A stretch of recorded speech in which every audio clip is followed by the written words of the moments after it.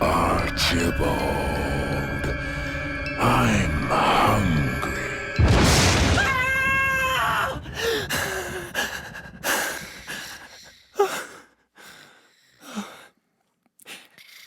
Victoria? Victoria? Victoria! Victor, what's the matter with you? I'm sorry, Victoria. I had a bad dream. What? A very bad dream. You did? About what? There was a man in the shadows. I couldn't see his face. His hands were reaching for my neck. He was wearing lambskin gloves. Lambskin gloves? Yes. You were there. Whatever do you mean, Victor? Standing right beside me. I screamed for you to help me, but nothing came out. He wanted to kill us. 'Twas only a dream. A terrible dream. There's no need to be frightened anymore. You're awake now, Victor. We're both awake. How do we know that we're awake? What if we're actually asleep right now and he's standing outside? Ow! Did that hurt? Yes. Well then, you're awake. Thank goodness. 'Twas only a dream. A horrible dream. We've established that, Victor. You've had a horrible dream. It wasn't real. Now close your eyes and go back to sleep. I couldn't possibly. I might dream again. No, you won't. I might have another nightmare. That's all right. I know what to do. You do? Yes. Whenever I have a nightmare, I place my hand upon my heart and say softly to myself, "There, there, Victoria, 'twas only a dream." Then I bow my head and imagine very hard about something that is wonderful and nice. And when I look up, poof, there it is.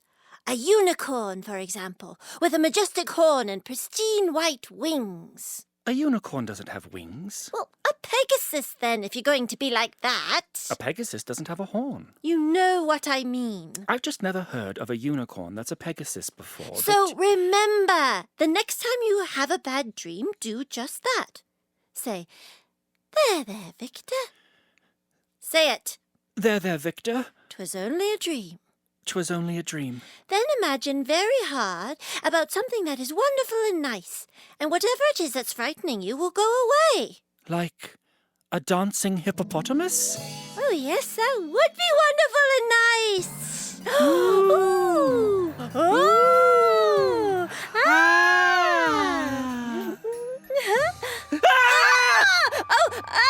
What's the matter? The hippopotamus's head just fell off. Oh, no, it didn't. Oh, now it's rolling towards us. Oh, dear. Its eyes are looking up at us right now. The corneas are bulging. They're bleeding. You're supposed to imagine something that is wonderful and nice. Like what? All I can think about is a murderer strangling me to death. My mind is a dark place, Victoria. The blackness is swallowing me whole, and I'm reeling in despair. Obsessed by tragedy, bloody and violent. Believe me, Victor, I understand. How about this? Imagine that Mother has drawn us a nice hot bath filled with bubbles, and you're sitting at one end of the bath, and I'm sitting at the other. Is Uncle Willard there? Do you want him to be? Not in the least. Well, all right, then. It's just you and me. Am I naked? Yes, Victor, you are. Are you naked? Yes, Victor, I am. Do you like it? We're very naked and warm and covered in bubbles. Feeling better now? I'm not certain. Oh, good enough. Now, go back to sleep. We need our rest, for when Mother and Father come home, they'll expect us to be at our best. That rhymed. Yes, it did. You're very clever. I know. Good night, sister. Good night, brother.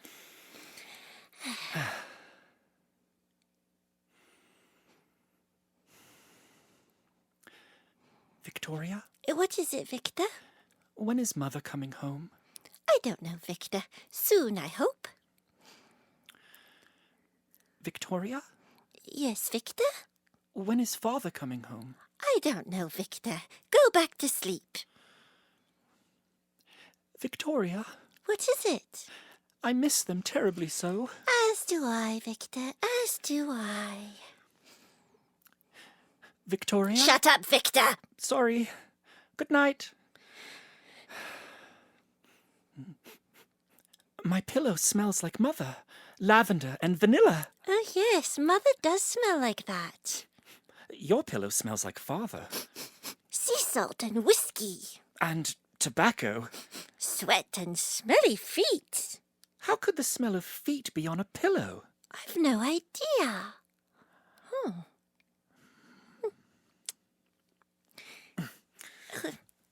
Stop moving around, Victor. Sorry. What are you doing? It's too dark. Ouch! Get off my face! Sorry. Where are you going? I can't sleep. Well, get back into bed. Just a moment. Almost got the lantern. There we are. Oh, that's so bright. What are you, a vampire? Perhaps I am. Does that frighten you, Victor? No. Would it frighten you if I was one of the undead, waking from a crypt to roam the streets at night? I wonder if it'll be sunny in the morning. In search of the blood of innocent boys? This fog is never ending. I'm hungry, Victor. I must feed. I would very much like to go for a walk outside. The need is strong. Fresh air would do us some good. I crave your blood. It feels like we haven't been outside in ages. I haven't had blood in ages. I'm a growing boy. I need exercise. A growing boy. Otherwise, I'll get weak and waste away. I'll put you out of your misery. Stop it, Victoria. You're being ridiculous. Who's Victoria? You are. You're Victoria. Does her blood taste like licorice? You're not a vampire. Oh, pooh, Victor. You know that's not funny. A vampire. Scaredy baby. You know I'm frightened of the dark. I was just pretending. And I don't like vampires or anything that's undead. But they like you. Stop it! Oh, quit being such a nervous Nelly. I'm not being a nervous Nelly. I had a terrible dream. I can't go back to sleep. And this is how you treat me, your twin brother. There, Victor. I was just having a lark. Oh, Victor. Oh, Victoria. What if something dreadful has happened? What if Mother and Father have been attacked by wild animals that feast on human flesh? Oh, what if birds have plucked out their eyeballs? Yes, and chewed them up with their sharp little beaks. And regurgitated them into the mouths of their young. Oh, I think I'm going to be sick. I'll eat it like a baby bird. Oh, regurgitation. You're just like the mother bird feeding her young. Oh, Victoria, you're mad as a hatter. What if Mother and Father have gone mad? Well, it runs in the family, you know. Cousin Peachy's completely bonkers, and Uncle Willard is also off his nut. Remember at that family picnic, what he did to that squirrel? Oh, yes, that was ghastly. He skinned it alive, stuck it on top of that croquet mallet, and set it on fire. I detest the smell of burning flesh. Now I think I'm going to be sick. What if Uncle Willard has hit Mother and Father on the head with a croquet mallet, and now they've forgotten who they are and where they belong? And who we are. Oh, Victoria, what if they don't want to return? Whatever do you mean?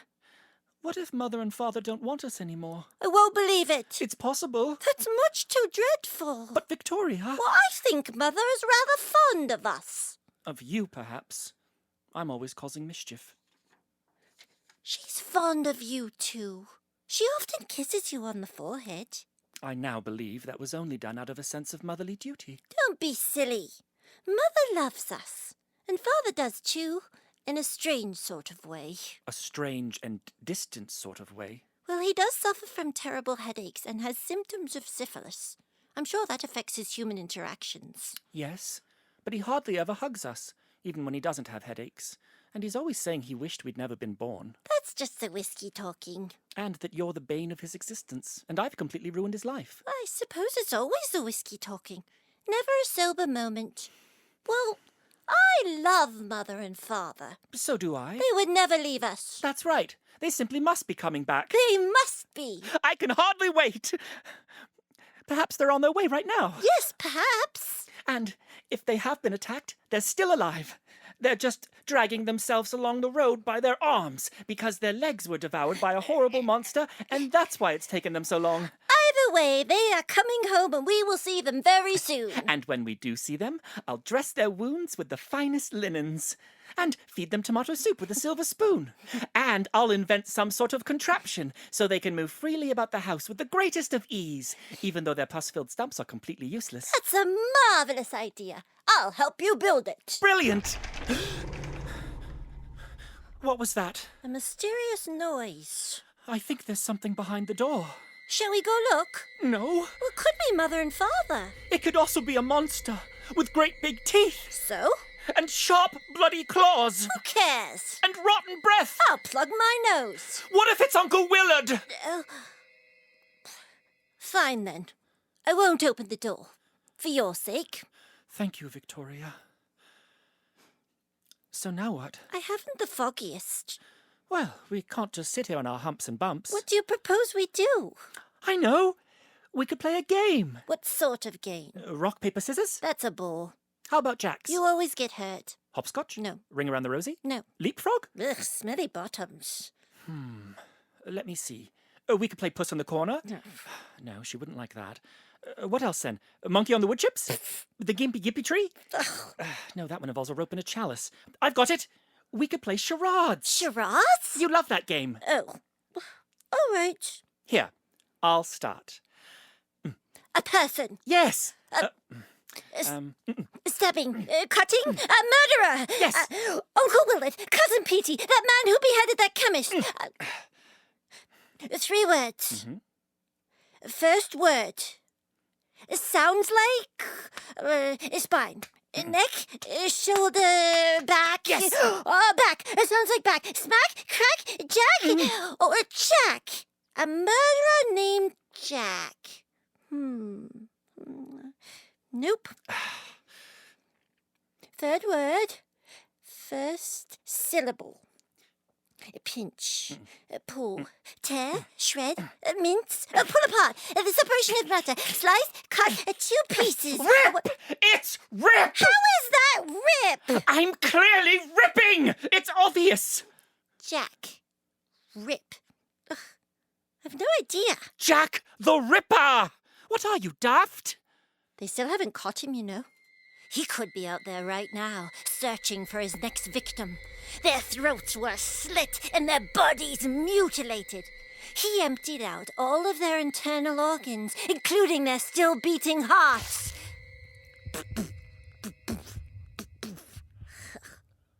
My turn. Person. 5 words. Uncle Willard in a straitjacket? Yes. How did you know? We're twins, Victoria. I often know your innermost thoughts. You were about to swallow your tongue. Uncle Willard did that in the asylum so the attendant would think he was choking and let him out of the jacket. One time, he bit that nurse's nose right clean off. Poor nurse. Look at me! I'm Uncle Willard! I've got your nose, Victoria! I've got your nose! Victor, that nurse died of a horrible face infection. She did? Yes. It's not a laughing matter. Oh. Well, I'll just put it back then, ever so gently. There we are. I think it looks better now. Cute as a button. So, what other game shall we play? Please, Victoria, don't be sullen. Well, there is one game I've heard of. What is it? It's called In Mother's Womb. In Mother's Womb? How does it work? Here, I'll show you. First, we must assume the positions. You sit on the bed facing me, and I'll sit facing you. We take the blanket and pull it over us, and now we're back in Mother's womb. I'm not so certain we should have the lantern under the blanket. Is it safe? Oh, Victor, safety kills fun. What's the worst that could happen? The blanket catches on fire, we become engulfed in smoke and flames, and die a horrible, painful death? How are we to have fun if you insist on all these precautions? Remember what happened the last time we played with an open flame? I had no eyebrows and had to wear a wig for an entire year. Quit being such a nervous Nelly. Now, repeat after me. In mother's womb before we thrive. In mother's womb before we thrive. Barely grown, barely alive. Barely grown, barely alive. We float in fluids clear and warm. We float in fluids clear and warm. Whispering secrets before we are born. Whispering secrets before we are born. Now, I'll start. In mother's womb, I feel safe from harm. Your turn. What do I say? Say what it feels like to be inside of mother's womb. But I don't remember. Just imagine. In mother's womb, I see you. In mother's womb, I see you too. Hello, Victoria. Hello, Victor. Sure is a nice day today in mother's womb. Lovely. Shall we go for an expedition? Yes, of course. I've always wanted to colonize the Fallopians. I'll bring the necessities. Brilliant. Off we go then. Tra-la-la-la-la. Ooh, Careful, it's slippery. it's moist. Just as a womb should be. Hold on to this cord. Got it. So we just climb? Victor, Yes, Victoria? did you just pass wind? No. Yes, you did. No, I didn't. You did, I can smell it. Well, maybe a little. Oh, that smells terrible. I'm rather fond of the smell. Oh, disgusting. It smells like rotten eggs. Sorry. Who do you think you are, disrespecting mother's womb like that? I said I was sorry. Well, don't do it again. I won't, I promise. Cross my heart and hope to die. Sorry, mother's womb. Very well, then. We'll start again. In mother's womb before we thrive, barely grown, barely alive, we float in fluids clear and warm, whispering secrets before we are born. In mother's womb, I hear her sigh. Something's different. Something's awry. We're turned and twisted in a bind. A shadow approaches, most unkind. In mother's womb, I feel her heartbeat. In mother's womb, I hear a voice. It's a man. Mother's heart beats faster. In mother's womb, we're pushed and shoved. Jolted from below and jostled from above. In mother's womb, I hear her cry. I'm sorry. Did you hear that? They're fighting. In mother's womb, I feel her tremble. I can feel her shaking. Mother's scared. I'm scared In too. mother's womb, I feel a punch. We three tumble to the In ground. mother's womb, I fear we'll die. We're trying not to make a In sound. mother's womb, I feel an ache. I feel a push. Her water breaks. What's happening, Victoria? We're being born, Victor. I'm going. Hold on to my hand. Don't leave me, Victoria. I feel a rush towards the light. We're born out of pain. We're born out of fright. fright. What kind of bloody game was that? Interesting. Was that real? Very interesting. I think I preferred playing charades. What are you doing? I'm walking in circles. What in heaven for? Just getting a little exercise. Ah, there we go. Shall we play another game then? Locked in the closet? What's that under the bed? I've burnt myself, now what? No, I don't think so. What are you doing? I'm looking out the window to see if Mother and Father are coming home. Do you see anything? Black, endless darkness, an impenetrable fog ominously rolling towards us. Nothing unusual. Oh, it's rather stuffy in here. I could use some air. Shall we open the window? Oh, good idea. What on earth was that? Probably just the wind. Probably. What are you doing now? Getting a book. I'm going to read us a bedtime story. You are? Which one? Well, we could read Rainbows, Hearts, and All Things Nice. Oh, I love that one. Or there's The Terrifying Tale of Terrible Things. Really? Where did that come from? Well, I don't know. I just found it here in the nightstand. It's remarkably bound. 'Tis. Oh, it gives me the willies to hold it. I wonder what it's about. It's most likely a terrifying tale of terrible things. Most likely. Well, which one? I can't. I know. I'll hide them both behind my back, and you choose an arm. We'll let the fates decide. Go on, choose, but choose wisely. That one. The Terrifying Tale of Terrible Things it is. Oh dear. What's the matter? I was hoping the fates would have chosen rainbows, hearts, and all things nice. Can we try again? Very well. That one. The terrifying tale of terrible things. What? No. Really? Oh dear. Can we try one more time? Victor, you're tempting the fates. Please? Oh, fine, one last time. That one. The terrifying tale of terrible things. You're doing it on purpose. I am not. R2. I'm not. R2. I'm not. R2. I'm not. R2. R2. R2. R2. Victor! The fates have spoken. It's meant to be. Stupid bloody fates. Shh. They're listening. I don't care if they are. If the future's written and everything's been decided, what does it matter? It matters, Victor. Tempting the fates brings bad luck. I give up. Oh, well, let's just curl up in a ball and wait to expire. Would you like to try that? I'd like to try not reading this book. Oh, why don't you try going back to sleep then? And try not having a horrible nightmare. And try not seeing yourself brutally murdered. How would you like that? Go on, shut your eyes. Sweet dreams. Perhaps a terrifying tale of terrible things wouldn't be so terrible. That's more like it. Now, get into bed and we'll begin.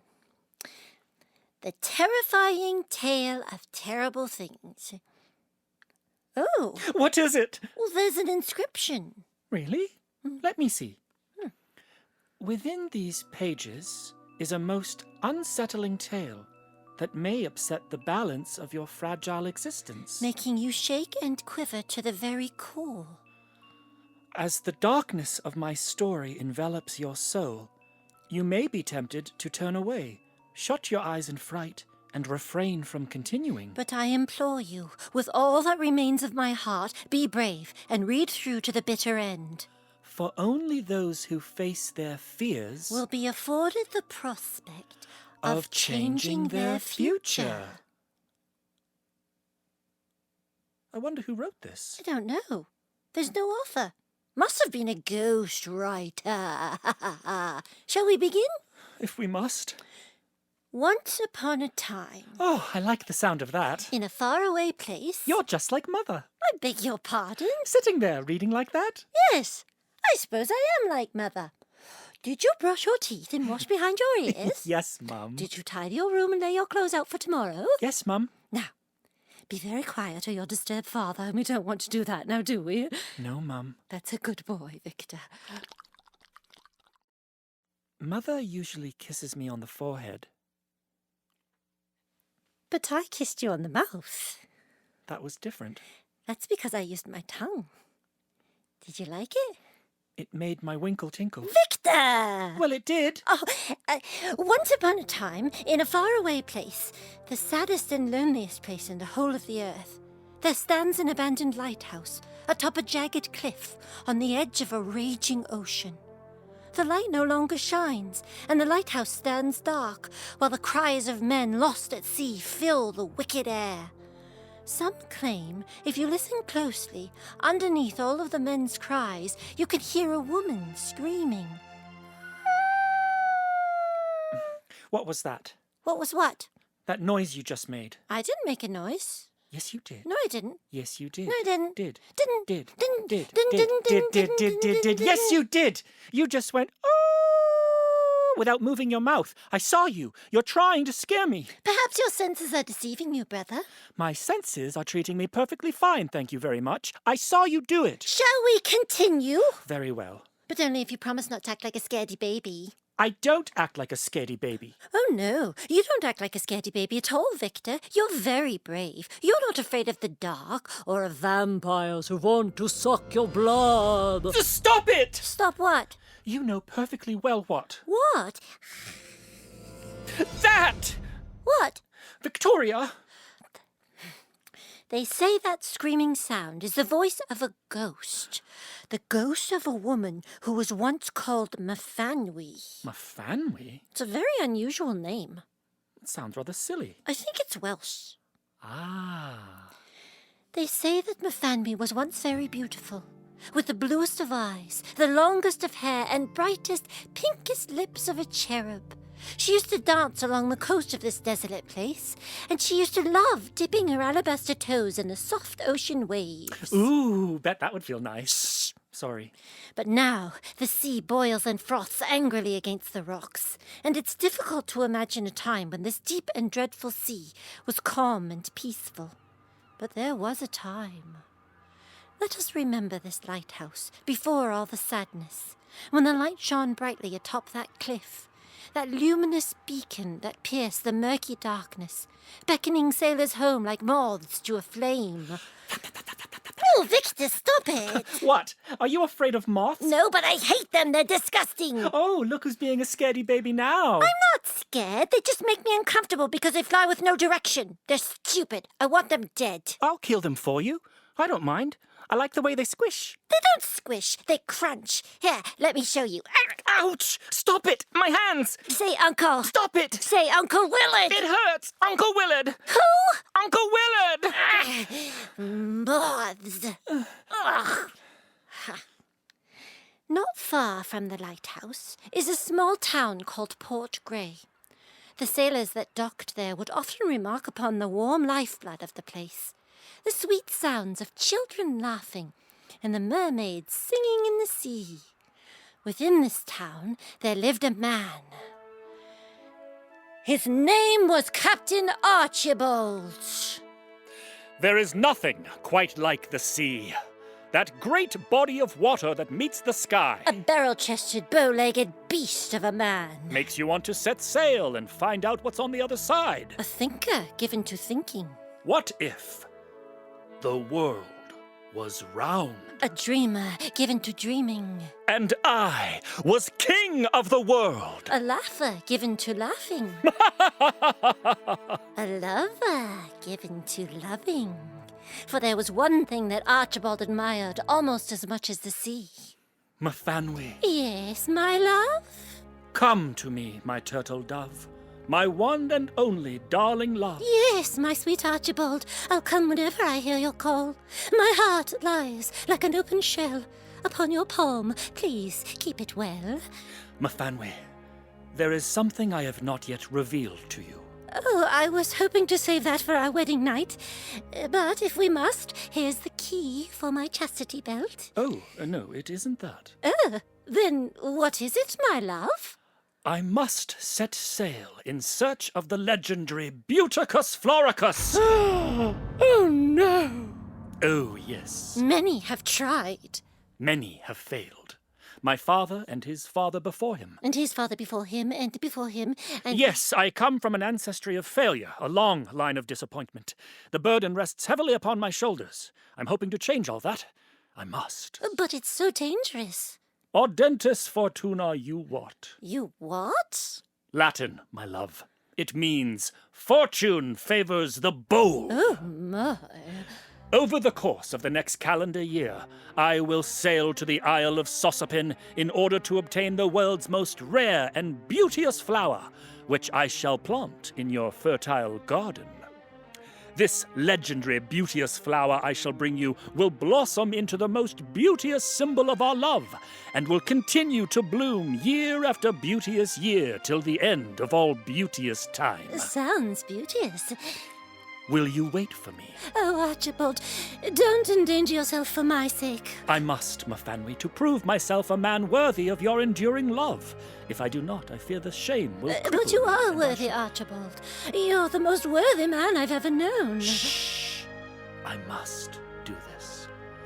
Look into my eyes and know the truth. How could I possibly refuse your irrational, ego-fueled desires when I gaze into your bright green eyes? I love you, Mafanwi. And I you. Mafanwi fell into Archibald's heroic embrace. Her voluptuous bosom heaving as her hungry flesh pressed firmly against Archibald's throbbing manhood. I don't think we should be reading this part. I'll just mark this page for later. And now, my sweet, before I set sail, I have the most wonderful news. Really? That's wonderful. Because of your love for all that is living, your true heart and untainted soul, you have been chosen above all the others by our beloved town council to shine the light atop the hill. Who? Me? The Vestal Virgin of the lighthouse? Yes, my sweet. You will light the lighthouse light and keep that light lit to light my safe return and ensure the safety of all the seamen that sail the salty seas surrounding this seaside city. It is my great honor. And with that great honor comes great responsibility. But what if the light goes out and darkness comes? Behave boldly.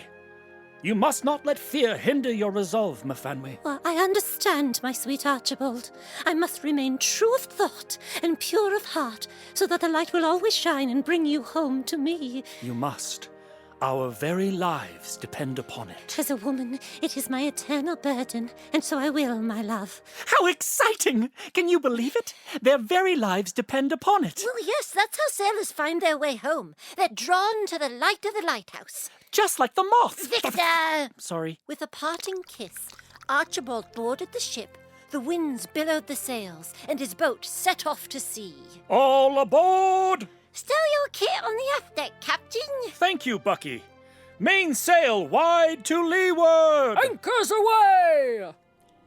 That very day, a ceremony was held, and Mafanwy became the Vestal Virgin of the lighthouse. The mayor was there. And all the town council. As part of the ceremony, her long hair was cut short and shaved to the skin. The mayor of Port Grey then marked her left arm with the ceremonial branding iron, searing the image of a flame into her flesh. Symbolizing her newfound responsibility. The townspeople then proceeded to carry Mafanwy up the steep hill to the lighthouse, where they locked her inside. The metal door slammed shut. The sound echoed up the stairwell. From atop the lighthouse, Mafanwy could still see Archibald's ship sailing away in the distance. A tiny dot on the horizon. Nothing could describe what she felt as she watched that dot grow smaller and smaller until it disappeared completely. Nothing but the sea. Her heart fluttered, and the light of the lighthouse flickered ever so slightly. Come back to me, my love. For the next few months, the light shone brightly. Mafanwy tried her best to think only the happiest of thoughts, and to occupy her mind with daydreams of Archibald's safe return. The family that they would raise together, and the garden that she would keep, The multitude of meals she would prepare. and the endless laundry she would fold. But while the light shone brightly and Mafanwy continued to smile, Doubt made the first crack in her delicate heart. what if he never returns?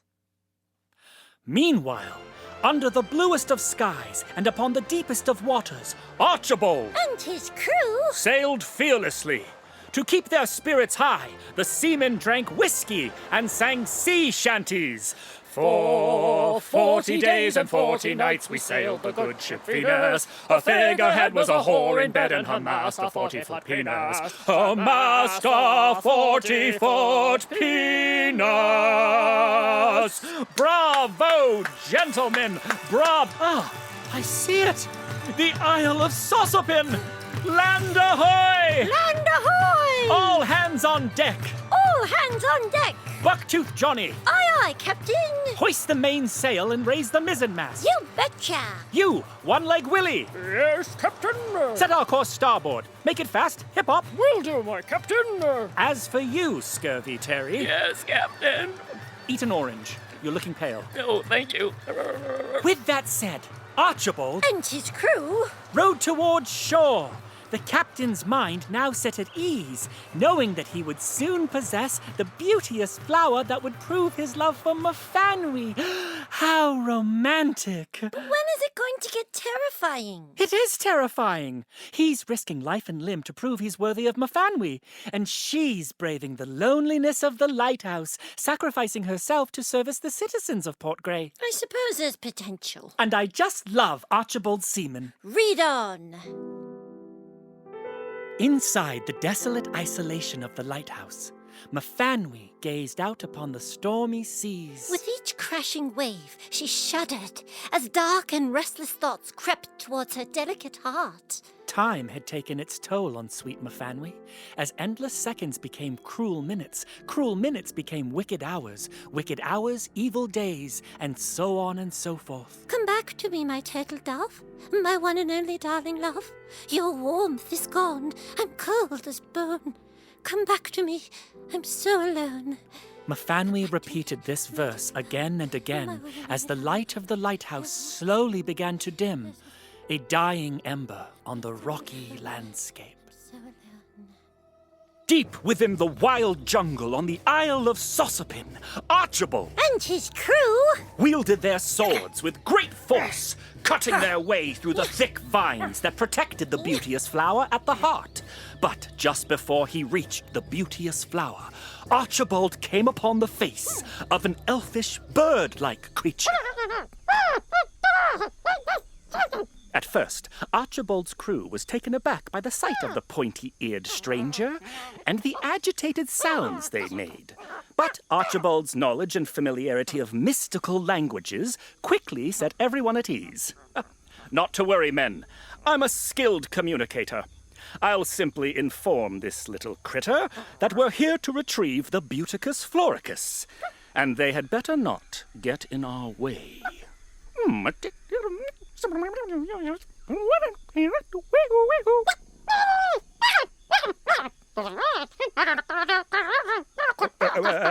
What was that? Not flower. Weed. Chew on root. See future. Really? Isn't that something? Well, I'll just tell this little imp that I merely want to plant it in my fiancé's garden.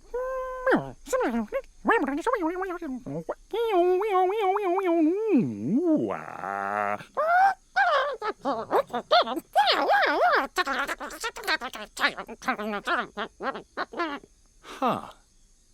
Interesting. They tell me future not good. Dark cloud. Weed cursed. Evil spirit. Well, we can't let these primitive superstitions stand in our way. Scurvy Terry, Here, Captain. why don't you distract this stranger with some welcoming gifts? A bottle of rum and feverish Frank's bedding. You won't be needing those anymore. Now, off you go, irreligious creature. I'll just dig up this cursed old weed, and we'll be on our way. As Archibald carefully uprooted the beauteous flower from the earth, his index finger brushed ever so gently against one of the sharp thorns on the stem. Ouch! And a single drop of blood fell, soaking into the black soil, dripping its way to the hungry core of the island. He gently wrapped a cloth around the root of the plant and quickly made his way back to the ship as daylight was beginning to fade. Within the prison that was a lighthouse, Mafanwi lay on the cold stone floor, whispering words to the empty air. Her appearance had changed dramatically. Her cheeks had sunken, and her bright rosy lips had grown pale. He's gone, never to return. As the last of Mafanwi's hope drained from her body, ran down the cliffs and spilled into the sea, the once bright light atop the tower faded into the blackness of the stormy night. On the seas below the lighthouse, a mighty Spanish galleon traveling swiftly towards Port Grey searches desperately for the extinguished light that would have guided them safely to shore. Donde está la luz? The sailors move frantically about the ship, blindly seeking any sign of treacherous land. Estamos perdidos! But to no avail. The helpless ship is thrust violently upon the rocks, capsizing the hull, sending several sailors overboard to their watery graves. No me gusta! A fate far worse awaits the remaining men left on board. A lantern hanging overhead crashes to the floor, igniting an uncontrollable fire. El fuego! El fuego me quema! The lucky ones die, choking on the black smoke. Whilst the less fortunate are tragically burnt alive. Their blackened, charred skin bubbling and dripping off their bodies like the wax from a melting candle. Thousands of miles away, Archibald's journey back from the Isle of Sosopin had become arduous, to say the least. The wind was against them, and a storm had damaged the leach of the mainsail, making it difficult to stay on course. The ship's supplies were getting low, and they still had a great distance to travel. The crew was growing restless. Scurvy Terry and One-Leg Willie had had an out-and-out brawl on the poop deck over whether to use a scrap of fish as bait or to eat it. If we use the bait, we'll catch another fish to last us another few days. Scurvy Terry wasn't convinced. I'm hungry. Fortunately, Bucktooth Johnny had settled the matter. Blankenheck, cut the damn thing in two. Eat half and use the other half as bait. Now the two of you, get back to your quarters, or by the time I'm done with you, they'll be calling you Swervy Terry, and you No-Leg Willie. Archibald hadn't intervened. As captain, he realized that he probably should have done something. I probably should do something. But he wasn't good with conflict. I'm not very good with conflict. In fact, he had far greater concerns. Oh dear. The beauteous bloom is not so beauteous. The flower's leaves drooped, and the stem strained under the weight of the beauteous bloom. Come on, my sweet. You must live. The beauteous flower drooped deeper. I beg you. If it had been human, Archibald was sure that it would have whimpered. I will sail into the bay with you held aloft in all your beauteous glory, witness to the cheers and the citizens of Port Grey. And I will press you to the breast of my dearest Mafanwi when we are reunited at last. And you will be planted into the fertile soil of our matrimonial garden. I command you! The captain stood up, straightened his jacket, and looked around furtively, afraid the crew might see him talking to a flower. But he failed to notice One-Leg Willie watching him through his cabin window, and Archibald leaned in towards the flower once again. Poor thing. Something must be done. I'm afraid I know what you need, but the supplies are low. With that said, Archibald crept over to the last remaining water barrel, picked up the ladle, and scooped out a generous helping of water. He poured it gently over the beauteous flower. There you are, my sweet. Drink up. The results were practically instantaneous. Life returned to the plant, and the beauteous bloom appeared even more beauteous. If it had been human, Archibald was sure that it would have thanked him. But before Archibald could enjoy the flower's transformation, there came the outraged cry of One-Leg Willie! Ah! How dare you, Captain? How dare you take the water from me mouth and all the mouths aboard the ship? Scurvy Terry emerged from below deck, stood beside One-Leg Willie and shook his fist. I'm thirsty. The two were now united against the common enemy and had all but forgotten the skirmish over bait. Archibald had a situation at hand, a mutiny. He assumed his most captain-like stance and tried to talk sense into the men. This beauteous flower is our precious cargo, and as captain of the ship, I made a decision to preserve it. A very bad decision. One that could cost me life if I don't take the life of someone else. As captain, I command the two of you to return below deck, or you'll be charged with insubordination. But before he could get the last of his orders out, they descended upon him. One-Leg Willie had removed his wooden leg and was swinging it wildly about, Aha! while Scurvy Terry bellowed, Mutiny, mutiny, down with Captain Archibald. Fists and wooden legs flew. Archibald landed a heavy blow on Scurvy Terry's jaw, Ouch! while One-Leg Willie cracked Archibald aside his head. Take that! The captain fell to his knees, blood trickling down his temple. Stop! I beg you! But the captain's pleas fell on ears made deaf by outrage. One-Leg Willie and Scurvy Terry would not let up. Archibald feared that all was lost as he slumped on the floor, defeated. Then, from way up high in the crow's nest came Buck-toothed Johnny, shimmying down the main mast like a mad blue-bottomed baboon. The moment his feet hit the deck, Buck-toothed Johnny picked up a wooden oar and without missing a beat, struck One-Leg Willie as hard as he could. The oar went clean into his skull, crashing down just above One-Leg Willie's right eye, splitting his head in twain. One-Leg Willie hopped around in a circle, screaming, Me eye! Oh, me eye! and unable to take the pain any longer, leapt overboard. Ah! Then Buck-toothed Johnny sunk his enormous buck teeth into the fleshy shoulder of Scurvy Terry. Ouch! The pain was immediate and unbearable, causing Scurvy Terry to leap overboard, following One-Leg Willie into the deep, dark ocean. I can't swim! They clung to each other in the water, struggling to stay afloat. But before the captain could retrieve them, the sea swelled and pulled them under, a final punishment for what they had done. Captain Archibald and Buck-toothed Johnny gazed over the side of the ship. The captain laid a hand on Bucky's shoulder.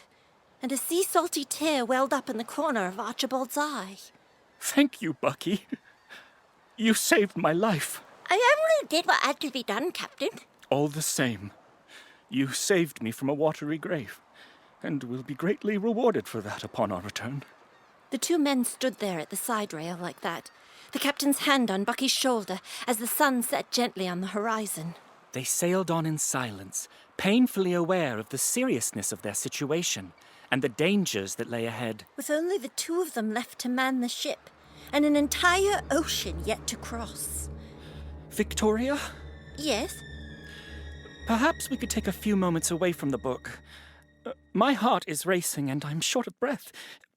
This really is a terrifying tale. I'm not the least bit frightened. But Archibald very nearly died. Oh, thank goodness for Bucktooth Johnny. I'm afraid to see what happens next. You are? It's terrifying. Oh, pooh, Victor! Why must you be such a scaredy baby? Being frightened can be fun! Whatever do you mean? Well, imagine I'm a ballerina with a broken neck and I've been disemboweled. Oh, That's disgusting! and I'm doing a pirouette on broken glass with my innards swinging wildly about. Oh, how's that fun? Oh, it's not real. It's just your imagination. It can be anything, and it makes you less afraid. It does? You try. All right, then. I'm a chimney sweep with debilitating arthritis. More frightening. And I'm old. Darker. Very old. Darker still. At least 30. Oh, that is dark. I'm as old as Uncle Willard. Oh, dear. He says, Get out of the chimney, Victor, and take down your trousers. and I say, no, Uncle Willard. I want to stay here and sweep the soot. It's filthy. I want it to be clean. Then it's time for a bath, little Vicky. No! He pulls me out of my hiding place, and he's reaching for my winkle. I try to fight him, but he pulls me close. His breath is horrid. If you tell anyone, little Vicky, I'll kill your twin sister. Oh, Victor, no. Now do you see why I'm so frightened? How about this? You're a chimney sweep, and you're very strong.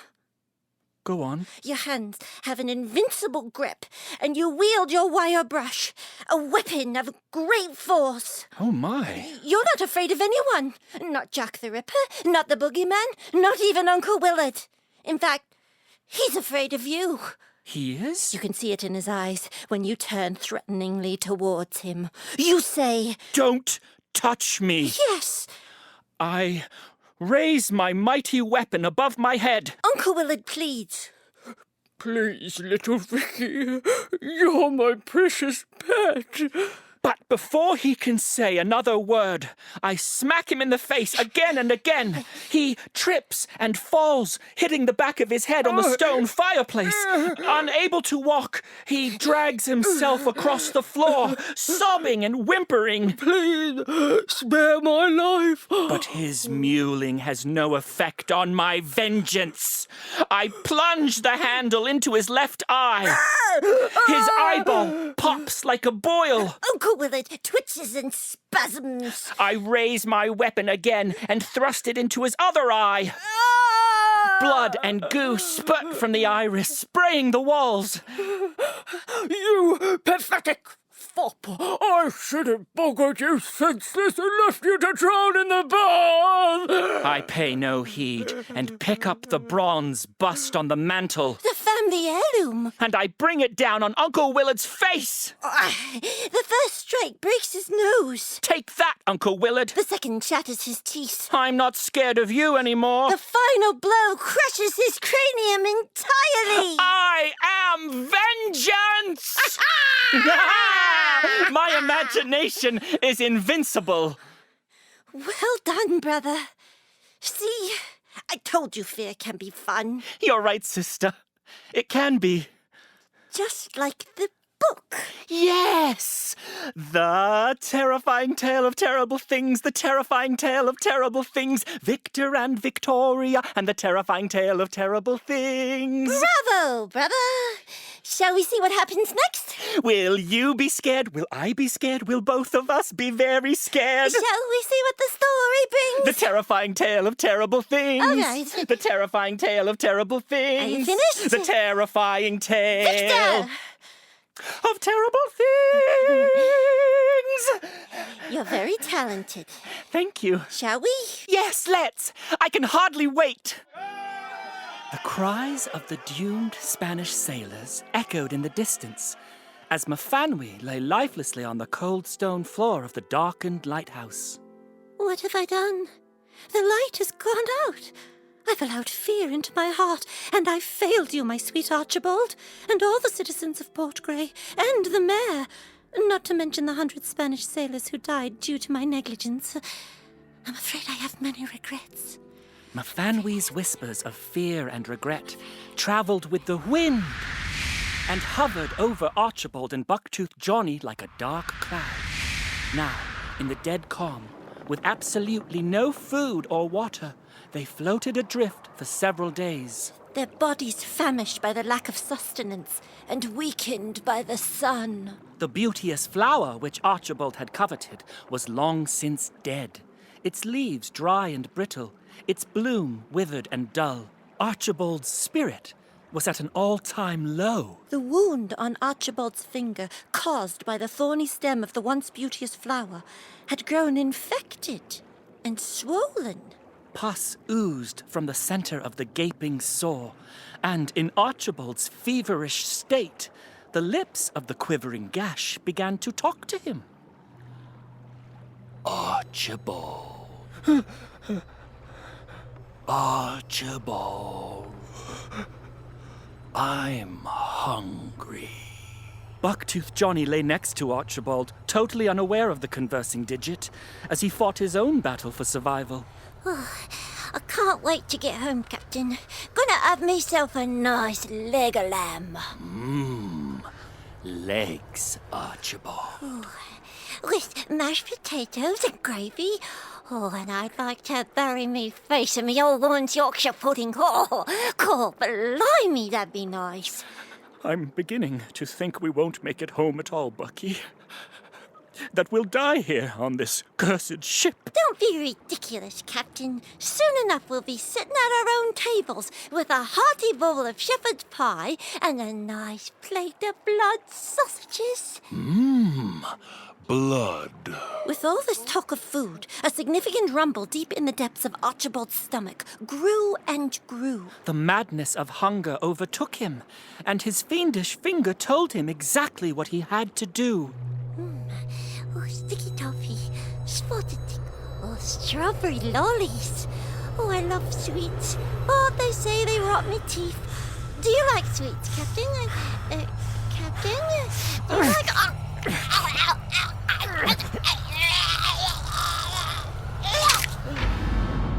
Bucktooth Johnny's body was sprawled out before Archibald, his broken neck at an unnatural angle. Well done, Archibald. Back in Port Grey, the angry townspeople ascended the lighthouse, ready to hold the failed Vestal Virgin accountable. Seize the Vestal Virgin! She let the light go out. The blood of sailors is on her hands! Make her pay for the life she's lost! The angry townspeople grabbed Mafanwi by her thin, scraggly hair and dragged her to the center of town to determine her fate. Mafanwi just lay there lifelessly. Her soul lost in the ether. The rabid townspeople screamed for justice. Hang her by the neck! Chop off her head! Hobble her feet! Legitimately rape her. Citizens, people of Port Grey, lend me your ears. Let us not pursue a perilous path towards our most base nature. We must utilize logic and reason to determine a just and lawful course of action. I say, we bury her alive. Yeah! Mafanwy's coffin was a poorly constructed pine box, the kind reserved for rapists, murderers, and Vestal virgins fallen from grace. They forced her roughly inside the wretched box, tiny slivers piercing her once soft alabaster skin. That'll learn you for what you've done. Mafanwy gasped as the last nail was driven into place with a deep thud. The mayor of Port Grey was on hand for the ceremony.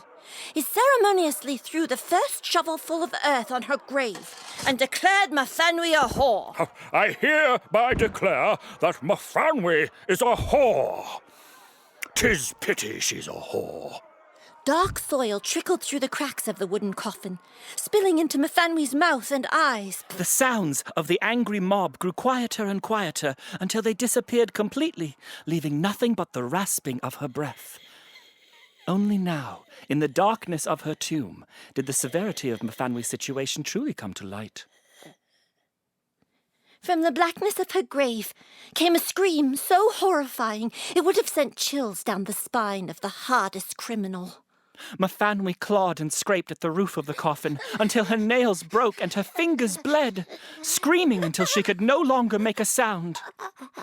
She struggled to calm her erratic breathing, trying desperately to preserve the rapidly depleting air left inside, hoping and praying that Archibald would soon return to free her from this cold, dark place. During the bleakest hours spent in the lighthouse, the flame of Mafanwy's love for Archibald had dwindled to a dying ember. But now, in the depths of the earth, her heart burned anew at his memory. Forgive me, my love. And then a strange stillness came over her as she accepted that these were her final hours and that this is how her story would end. Back on the ship, Archibald's stomach moaned uncontrollably with an insatiable hunger. His finger cried and begged for him to relieve his body's pain. With what was left of his strength, Archibald strung up Bucktooth Johnny limb from limb, and with a sharp knife, as used for gutting fish, ripped into the flesh of Bucky's stomach, spilling his entrails out onto the ship's wooden deck. Oh, Victoria, how gruesome! Yes, 'tis. Archibald was covered head to toe in blood, but this did not stop his butchery. His hungry stomach roared. His wounded finger demanded he feed it. With both hands, he cracked open Bucky's rib cage and proceeded to rip out his heart. His first bite was deliberate, as he savoured the mouthful of bloody meat. He's a cannibal! His second, more ferocious, as his teeth tore off the warm, soft flesh of Bucky's cheek, blood trickling down his chin and into his beard. With his third bite, Archibald succumbed to the unholy beast within, devouring both of Bucky's eyeballs with a single gulp. No, you keep reading. He roared to the heavens and beat his blood-drenched fists upon Bucky's hollow torso. Rain began to fall as the sky opened up and the angels wept. How utterly lachrymose. Over the course of the next few days, Archibald continued to feast on Bucky's remains, stuffing himself until his stomach was round and full. Bucky's once thick, fleshy legs became bony femora, fibula, and tibiae, his arms ulnae and radii. Soon all that was left was his head, its gaze fixed on Archibald from sockets empty and bare, hardly recognizable without his eyeballs, the windows to his soul. The fallen captain grew curious about the skull of his unfortunate shipmate and wondered if he could possibly possess Bucky's essence by eating his brain. I don't want to read anymore. But Victor... I can't. Well, don't you want to know how it ends? I couldn't be bothered. Well, just a moment ago we were having a splendid time. That was before Archibald ate Bucktooth Johnny! It's too frightening. Well, remember the inscription at the beginning of the book? As the darkness of my story envelops your soul, My soul is deeply enveloped. you may be tempted to turn away and shut your eyes in fright, That's for certain. and refrain from continuing. Yes, I'd like to refrain. But I implore you with all that remains of my heart, be brave and read through to the bitter end. For only those who face their fears will be afforded the prospect of changing their future. That's balderdash. Victor, place your hand upon your heart and say softly to yourself, There, Victor. Say it. There, Victor. It's only a book. It's only a book. It's merely fiction. It's merely fiction. Remember, you're not afraid of anything or anyone. My imagination is invincible. Face your fear. And change my future. Yes. Courage, brother. Read on. Using a wooden oar, Archibald opened Bucky's skull with one solid crack. Are you all right? Something came up. Not to worry. It went back down. Fragments of bone and pieces of brain shot onto the deck, scattering in all directions. He carefully selected the largest portion of the grey and spongy matter, held it close to his lips, and said, I think, therefore I am. With that said, he put the piece of brain in his mouth, found he rather liked the taste, and swallowed down every last bite. Then, almost as a final tribute, Archibald removed from the cracked skull Bucky's 2 front teeth, gently placing them in his pocket to keep as a souvenir. Oh, that's nice. He wants to remember Bucky. With this done, Archibald looked up. The colour drained from his green eyes, and in the distance, he saw land. I bet that's Port Grey. He's come to save Mafanwy. He can't save her. She's dead. How do you know? Well, she's been buried. Dead and buried. Buried alive. She might still be breathing. Oh, that's unlikely. How many people do you know who've been buried alive? 5. Oh. None survived. Down below the earth, conserving every last bit of air, Mafanwy breathed carefully. Told you so. Shut up, Victor. Sorry. Fatigue had set in, and Mafanwy lay motionless, awaiting her end. Her hands ached, and she could no longer straighten her fingers due to the frantic clawing at the ceiling of the coffin. Dried blood had replaced her fingernails, and her throat was raw from screaming. Each laboured breath scratched as if it was sandpaper, and left like the vomiting of acid. Her breathing slowed, and her heart rate diminished. And much like the lighthouse she had once lit from within, she began to fade. As she slipped from consciousness, Mafanwy heard the sound of earth being moved above her. It was Archibald, digging frantically to free her from her prison of death. Archibald? Could it be? None of the townspeople who knew Archibald would have recognized him. His face had changed, aged unnaturally, and his once bright green eyes, now black and haunted, darted about wildly, continually looking behind him as though he were being pursued by a nightmarish demon. He dug as though he were possessed. Dirt flew in all directions. His bony fingers scraped upon the lid of the pine wood box containing Mafanwy. And with the superhuman strength of the depraved, he broke open the lid of the coffin, revealing the once beautiful treasure within. You came back, my love. But I'm afraid it's too... Mafanwy exhaled her final breath. Her spirit left her ravished body an empty vessel, and her soul ascended into the darkening night sky. For the ordinary townspeople of Port Grey, the universe seemed unchanged. But to an observing eye, one of the stars in Orion's belt flickered, and forever shone just a little brighter. Archibald gently lifted Mafanwy's lifeless body from the earth and carried her as though she were his bride on their wedding day. He took her to the last place he knew in Port Grey. The lighthouse, where he had once left her and had promised to return.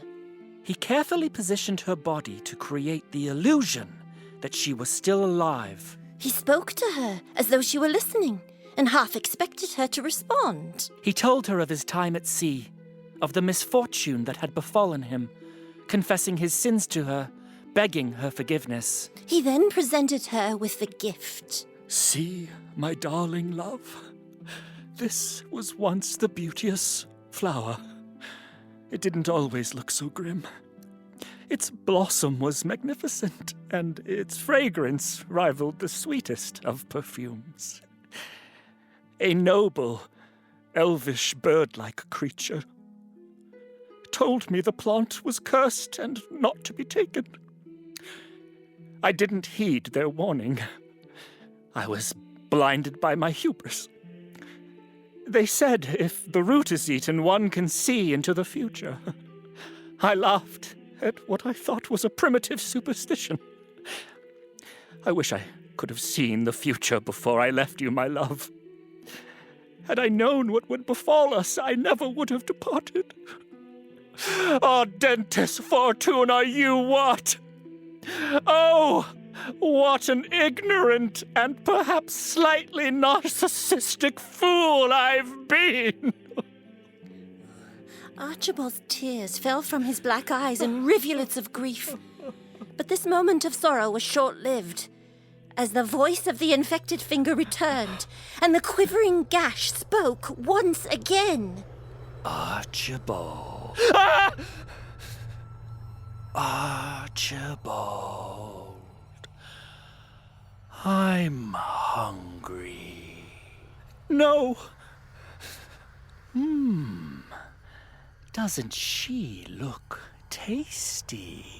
Shut up! Don't you want to eat her, Archibald? Shut up! Shut up! Shut up! He thrust the evil talking finger into his mouth, and with one horrible bite, severed it from his hand, spitting it out onto the floor. Archibald could have sworn that the twitching digit sighed and said, I taste good. With his hand now gushing blood, he ripped the beauteous plant from its deep, dark soil, thrust the root of it into his mouth, and devoured it entirely. And now, to see what comes. The effect of the plant's drug was almost immediate. Archibald could feel it entering his bloodstream, taking hold of his inner chemistry. The room began to spin, and painful spasms rushed through his twitching body as he collapsed to the floor. He clutched at his heart and slipped into the empty blackness of his soul. Though his body remained on the cold stone floor of the lighthouse, in Archibald's mind, he traveled from the root of the beauteous plant up the stem at lightning speed and emerged in the heart of the bloom. The petals swayed dizzily around him. The pungent fragrance of the once beauteous flower was overwhelming. He succumbed to nausea, vomited, and caught the vile substance in his hands. He peered into the pile of putrid puke and felt himself fly frenetically forward into his future. Archibald witnessed himself at his trial, a broken man standing in the courtroom, charged for the acts that he had committed aboard the ship. The jury found him Guilty! and the judge declared him Criminally insane. Once again, Archibald was lifted through time. He landed in a room with white padded walls, bound in a straitjacket. He watched helplessly as a doctor emerged, strapped him to a chair, and proceeded to chisel a hole in the back of his head. We must allow the brain a chance to breathe. Still, further into the future, a newly revitalized Archibald sat on a long bench in a common room, writing madly, frantically recording his terrifying tale. Next to him sat a woman. Her name was Helen. Her body spasmed intermittently. The blood coursing through her veins was still charged from the electrical experimentations administered by the doctors. Helen slowly placed her trembling hand upon Archibald's and tenderly traced the jagged scar of his reattached finger. What happened? I bit it off. Oh my. Let me kiss it better. Moments later, naked and on top of Helen, Archibald spilled his wicked seed deep inside her. They lay there together as the black magic of conception takes place. Helen smiled knowingly, gazing into Archibald's once green eyes. In the reflection of his black iris, she saw herself no longer alone in this vast, frightening world.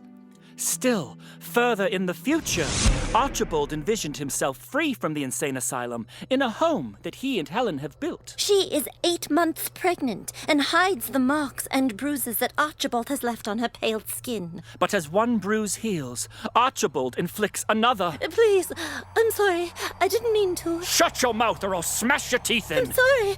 I'm so sorry. Quiet! Archibald hits Helen forcefully in her stomach, causing her water to break, inducing labor. She gives birth on the wooden floor to 2 squalling babes. Twins. A sister and a brother. Once again, Archibald flew forward through time. He foresaw joyous days spent with his family, playing with his children, and kissing his wife. But there were darker days when he longed for silence and wished he were alone in his madness, Archibald observed as the lonely children kept each other company. making up games and getting into mischief. He saw Helen enamored with her 2 young children and their vivid imaginations. It's late now, children. Go get ready for bed. Every night, without fail, she tucked them in and read them a bedtime story. But on this particular night, as the children were getting ready for bed, Archibald looked at Helen, and a familiar voice told him what had to be done. Archibald, I'm hungry. The demonic finger demanded to be satiated. Helen's death summoned him, as did the deaths of their 2 children. Do my bidding, Archibald.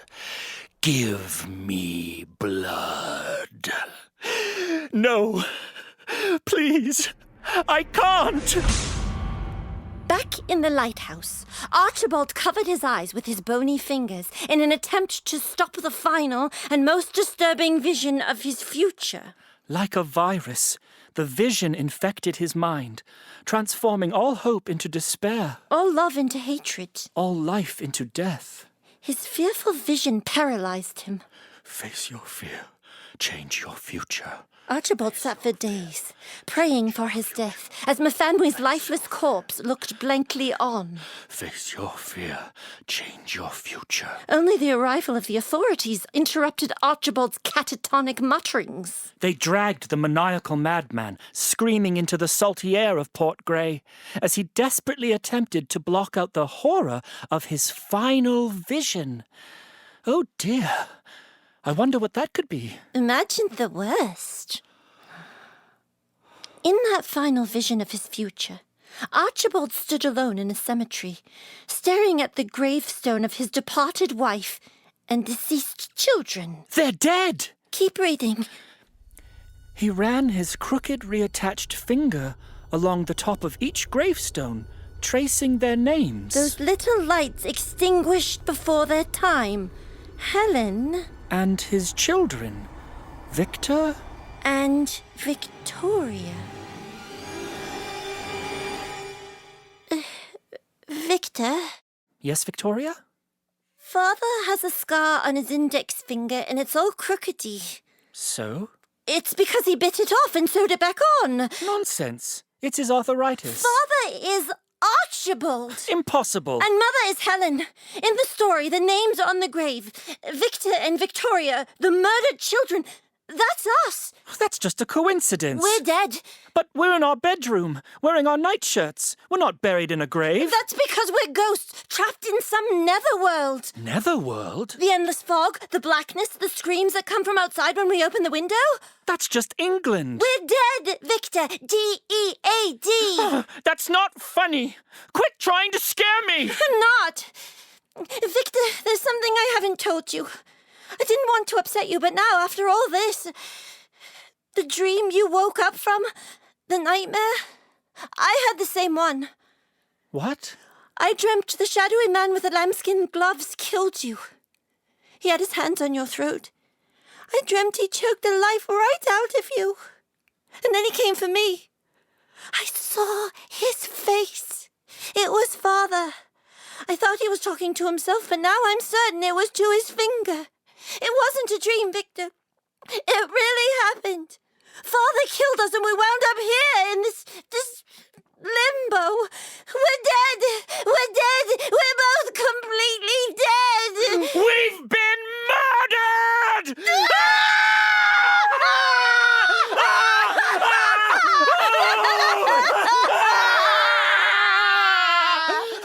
trapped in a netherworld, doomed to eternity in children's limbo.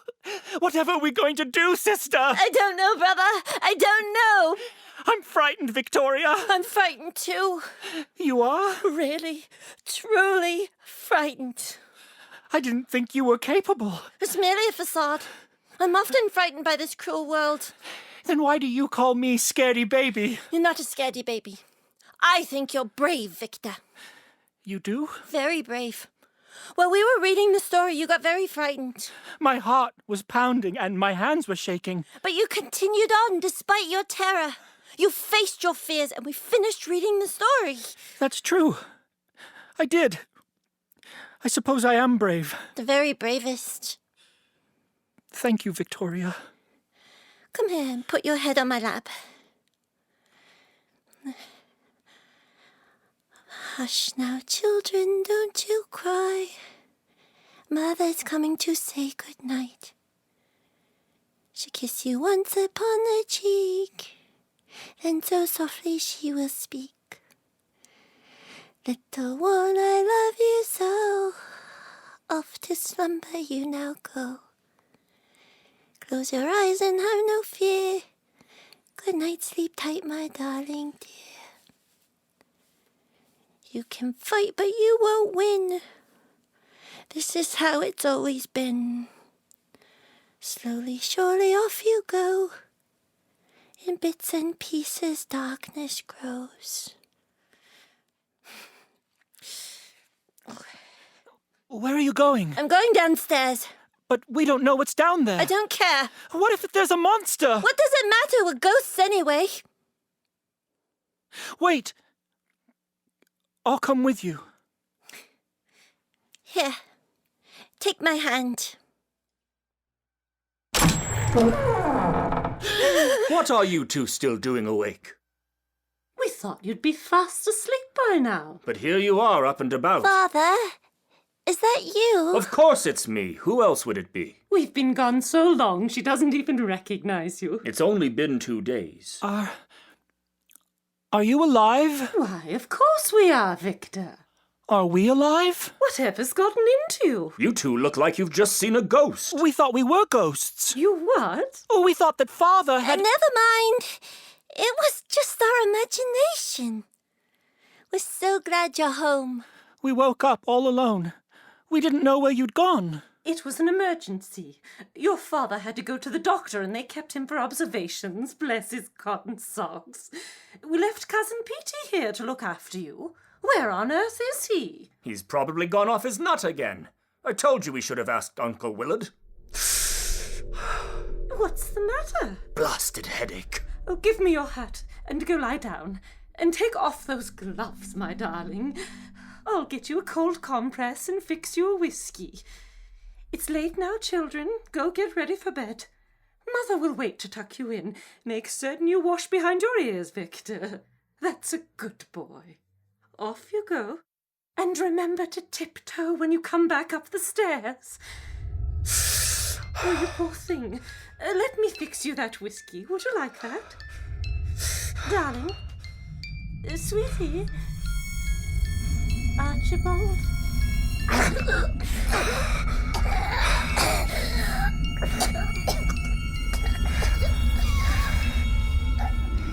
What was that? What? That thud. Didn't you hear it? No? It sounded like someone fell. Father? What's the matter? Where's Mother? What are you doing? Father? Father! Archibald, I'm